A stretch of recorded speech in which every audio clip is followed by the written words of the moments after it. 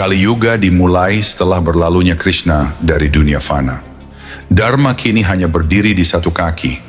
Kebenaran menjadi langka.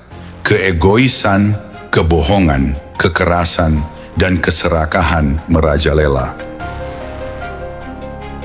Meski kegelapan menyelimuti zaman ini, percikan harapan masih menyala. Terlihat dalam pengabdian yang tulus, kebaikan yang murni, dan jiwa-jiwa yang terbangun.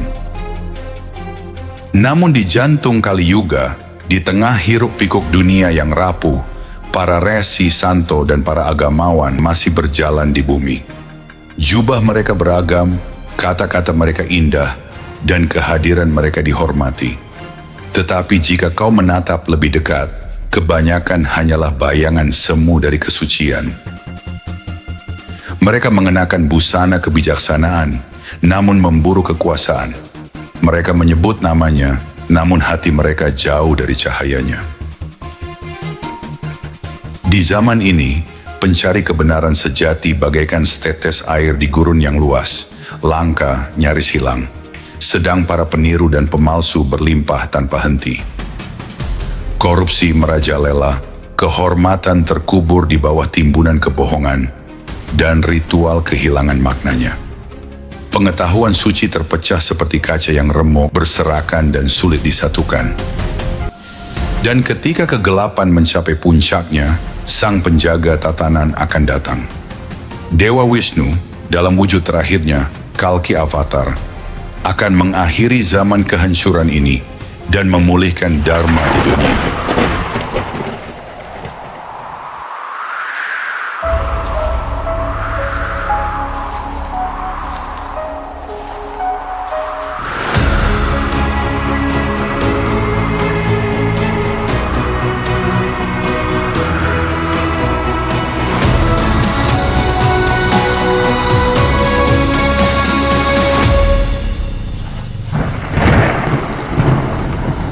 Di tengah kegelapan yang pekat, sebuah era yang dikenal sebagai Kali Yuga ini, sebuah janji dari kitab Purana mulai bangkit.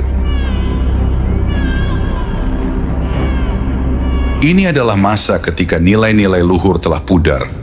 Manusia lebih mengutamakan kekayaan di atas kebaikan. Agama dan jubah suci hanya menjadi topeng. Ikatan keluarga melemah, alam terkoyak, dan para pemimpin bertindak semata-mata demi kepentingan diri sendiri dan kemewahan keluarganya. Namun di dalam kekacauan itulah, ramalan tentang penyelamat terakhir umat manusia dimulai. Ini adalah kisah tentang Kalki Awatara, reinkarnasi terakhir dan terpenting dari Dewa Wisnu, sang pelindung alam semesta.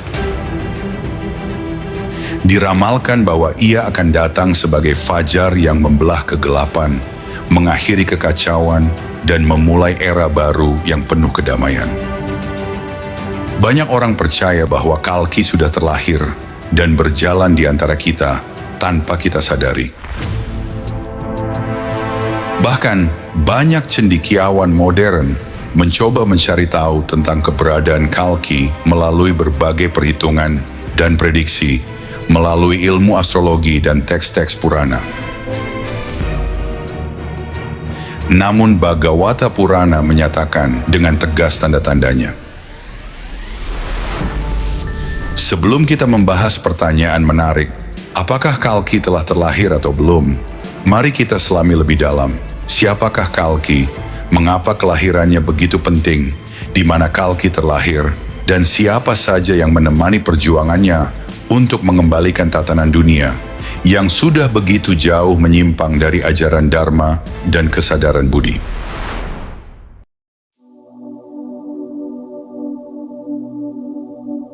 Menurut teks Purana, Kalki akan muncul dengan menunggangi kuda putih yang bernama Dewa Datta dan bersenjatakan pedang yang bersinar seperti komet, memiliki 8 kekuatan khusus yang disebut Astasiddhis.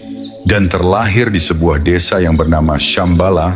Kalki akan terlahir dari orang tua bernama Wisnu Yasha dan Sumati.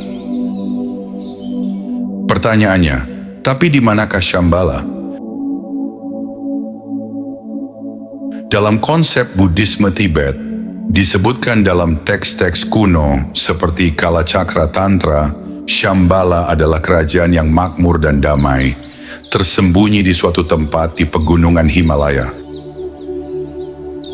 Dikatakan bahwa hanya orang-orang yang murni hatinya yang bisa menemukan jalan ke sana.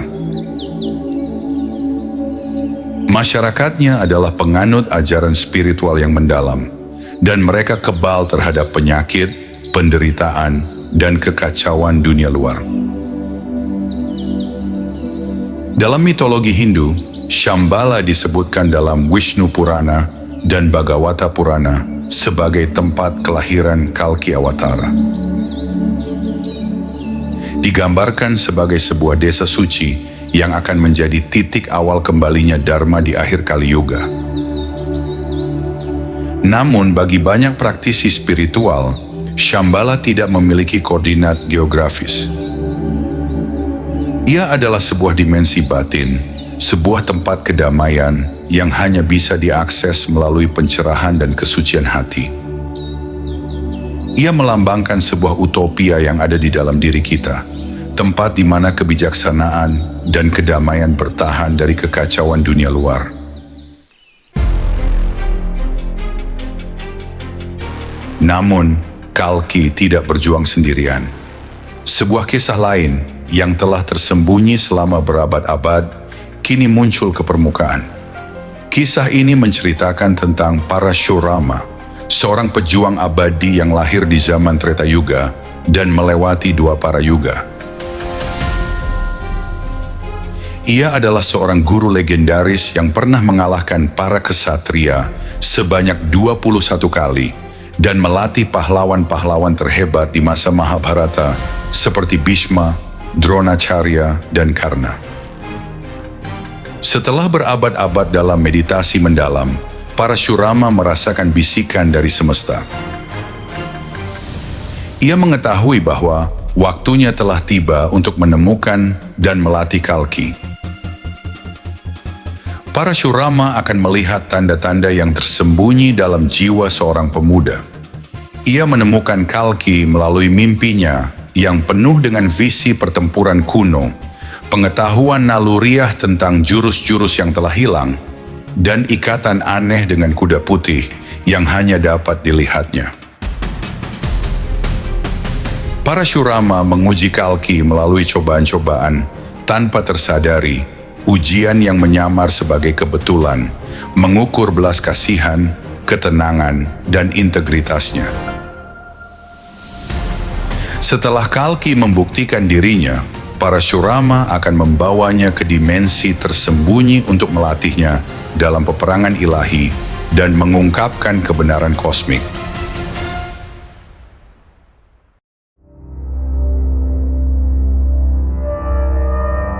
Namun kebangkitan dan pelatihan Kalki tidak luput dari perhatian kegelapan. Saat kekuatan Kalki tumbuh, musuh-musuh kuno merasakan kehadirannya. Mereka bangkit kembali, bertekad untuk menghentikan pelatihan Kalki dengan cara apapun. Untuk mewujudkan misinya, selain Parashurama, Kalki akan dibantu para tokoh lain yang telah menunggunya selama berabad-abad, seperti Wibisana dan Aswatthama. Pada akhirnya ini mengajarkan bahwa meskipun kita mencari pahlawan, kekuatan untuk mengubah dunia sesungguhnya ada di dalam diri kita. Ramalan-ramalan ini bisa jadi simbolis. Kuda putih bisa mewakili pikiran murni, pedang yang bersinar adalah pengetahuan, dan peperangan terhadap ketidakadilan dapat diperjuangkan melalui cara-cara damai.